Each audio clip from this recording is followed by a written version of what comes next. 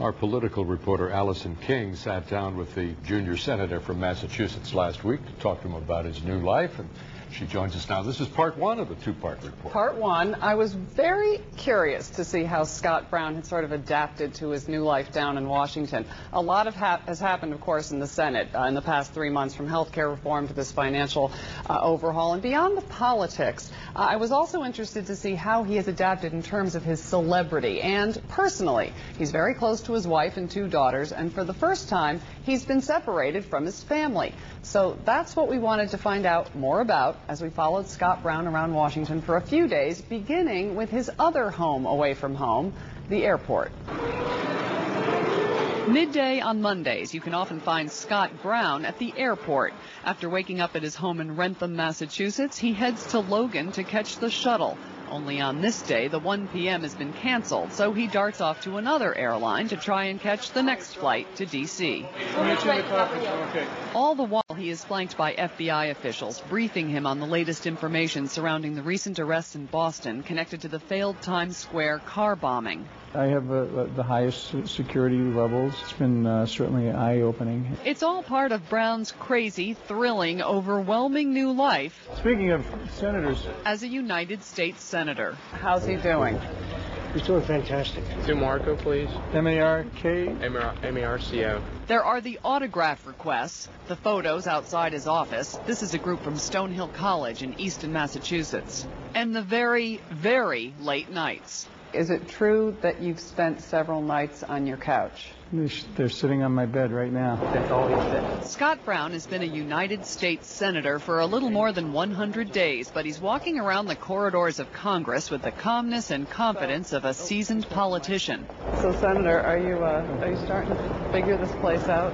They're all with me, thank you. Oh, yeah. Yeah. It's tough to keep up with the 50-year-old triathlete who was racing from his office to the Senate floor for a vote on the controversial financial overhaul bill. We're trying to get an amendment passed that's going to protect Massachusetts jobs. And we've been working on it for, almost 2 weeks now?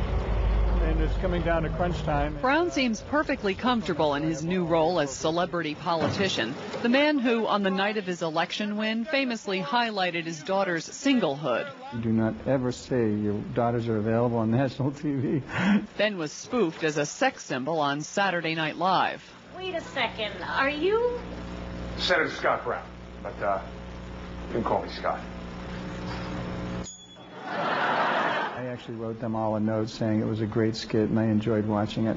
He is the self-proclaimed independent everyman, casting the Republicans' 41st vote in the Senate, or in some cases, the Democrats' 60th. I'm not aware of any other senator who has worked more in a partisan manner to try to get a good bill. Brown originally opposed the bill, but changed his mind in the final hours and voted with the Democrats. Had I not been elected and been the 41st senator, or the 60th senator, it never would have happened. It would have still been 60-40, 60-40, and we'd be stalled, and there'd be this gridlock and this anger. Brown's unpredictability on issues has only raised his profile in Washington, a profile that was already high thanks to a few key resume items, most notably a 1982 photo spread in Cosmopolitan magazine, which dubbed the Boston College Law School student the sexiest man alive.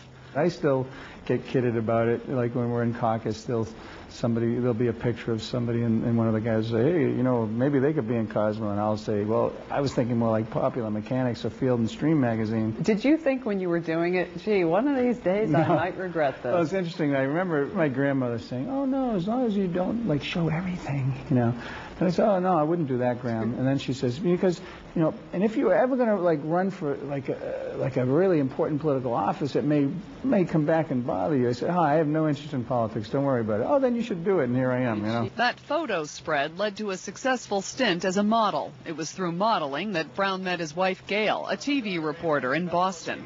They have 2 daughters, Ayla, a former American Idol contestant who graduated today from Boston College, and Ariana, a student at Syracuse University. How much do you miss your family down here? Tons. Brown describes a new dynamic in his family now that they are all living separate lives. So now Ayla's saying, I don't have to tell you when I'm coming home. Yeah, you do. Ariana's like, well, I'm not coming home either if she's not coming home. Yeah, you do. And then Gail's like, well, I don't care what any of you do. I'm going out. What about me? So it's like at the end of the weekend, I'm like, oh, my goodness, I'm like losing it. And so we're trying to work out. We called an official family meeting to work out these issues of independence, which is good and is bad. Every family goes through it. The entire family had a rare reunion recently at the White House Correspondents' Dinner, where Brown was a hit on the red carpet and even got a shout-out from President Obama. Speaking of tween heartthrobs, Scott Brown is here. I admire Scott. Rare politician in Washington with nothing to hide. Brown seized the opportunity to get the president's attention. We have this little guy thing going on about a basketball challenge. That is Brown and daughter Ayla, who played basketball at BC, against the president and his partner of choice. So Ayla was there, and we were up to the Mr. President. I knew he heard me, and then.